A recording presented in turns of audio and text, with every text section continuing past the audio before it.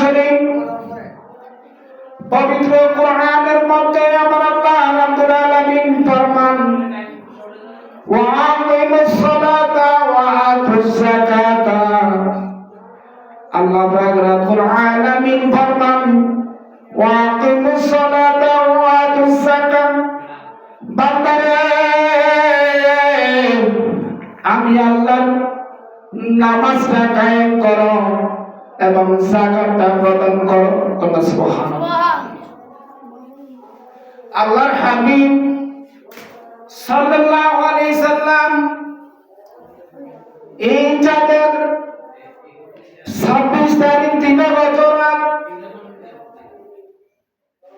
আল্লাহর বাড়িতে পবিত্র হেরা শরীফ থেকে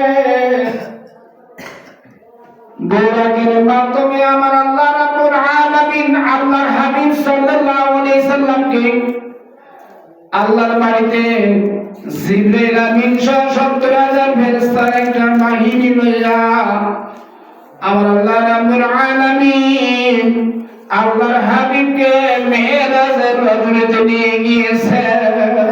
আল্লাহ সুবহানাল্লাহ। সংক্ষিপ্ত কথা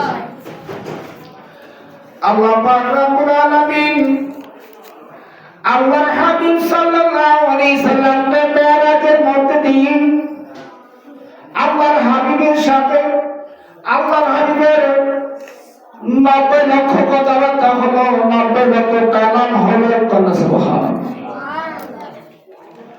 আল্লাহর হাবিবের সাথে বিভিন্ন কথাবার্তা হওয়ার পর সর্বশেষ আল্লাহ পাক রব্বুল আলামিন আল্লাহর হাবিব সাল্লাল্লাহু আলাইহি সাল্লামকে যে নিয়ামতটা আমাদের জন্য দিয়েছেন সেই নিয়ামতটা হলো নামাজ। সুবহানাল্লাহ। এই নামাজ আল্লাহর হাবিব সাল্লাল্লাহু আলাইহি হায়াতুন নবী জিন্দা নবী নূর মুজাসসাম সাল্লাল্লাহু আলাইহি সাল্লাম মেরাজের রজনীতে আল্লাহর সাথে বিভিন্ন কথাবার্তা বলার পর যে সর্বশেষ যে নিয়ামতটা হাদিয়া তোফা হিসেবে যে হাদিয়াটা আমাদের জন্য উম্মত মুহাম্মাদের জন্য কিয়ামত পর্যন্ত যে নিয়ামতটা নিয়ে আসছেন সেটা হলো নামাজ। এই নামাজ কত ওয়াক্ত?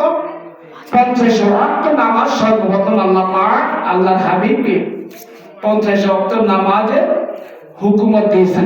সুবহানাল্লাহ।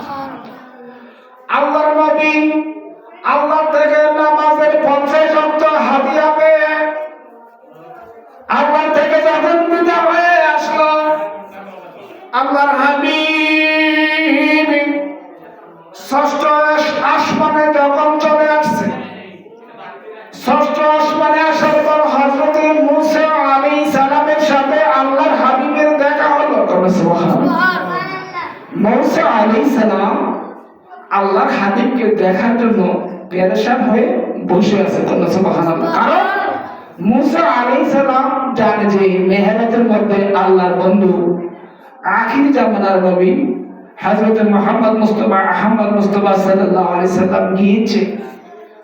আমি মুসা তো দূর পর্বতের মধ্যে আল্লাহকে দেখতে চাইছি।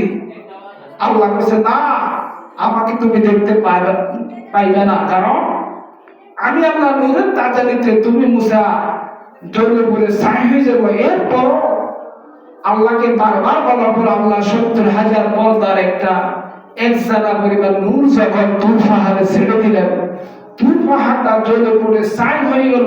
মুসা আলাইহিস সালাম বেহুশ হয়ে গেছেন। সুবহানাল্লাহ। মুসা নবী বলেন আল্লাহকে তখনও দেখতে পাই নাই। আল্লাহর হাবিব আল্লাহর বাড়িতে যখন গেল আমি নবীজিকে দেখা মানে আল্লাহকে দেখা। সুবহানাল্লাহ। দুলা যখন বিয়ে করে শ্বশুর বাড়িতে যখন যায়, দুলা বিয়ে করে যখন বাড়িতে আসে 3 দিন পর্যন্ত দুলার গায়ে থেকে মেহেদির গান, আতরের গান, খুশবুর গান যায় না। যেমনি ভাবে দুলার গান থেকে এই মেহেদি, আতরের খুশবুর গানটা যায় না। মুসা আলাইহিস সালামের ধারণা ছিল আল্লাহর পয়গম্বর আখিরি জামানার নবী যেহেতু আল্লাহর সাথে দিদার করবো, ওই দিদারে আল্লাহর হাবিবের সাথে আমি মুসা যদি একটু মোলাকাত করতে পারি, একটু কথা বিনিময় করতে পারি, ওই সময় আমি আল্লাহর মুখটা আল্লাহর হাবিবের পথে আমি দেখতে পাইব। মুসা আলাইহিস সালাম প্রশ্ন করলো, ইয়া রাসূলুল্লাহ, ইয়া হাবিবাল্লাহ, নবী গো, ও আল্লাহর নবী, আপনি যে আল্লাহর কাছ থেকে যে নিয়ামত আনলেন সেটা হলো নামাজ। কত ওয়াক্ত নামাজ দিছে? 50 ওয়াক্ত। মুসা নবী বলে, আপনার দুর্বল উম্মতেরা 50 ওয়াক্ত নামাজ কিভাবে আদায় করবে? করতে পারবে না। আপনি আল্লাহর দরবারে আবার চলে যান, কারণ আপনি যদি না যান তাহলে এই নামাজ আমলটা আপনার উম্মতেরা পরিপূর্ণভাবে আদায় করতে পারবে না। সালাতুনিয়া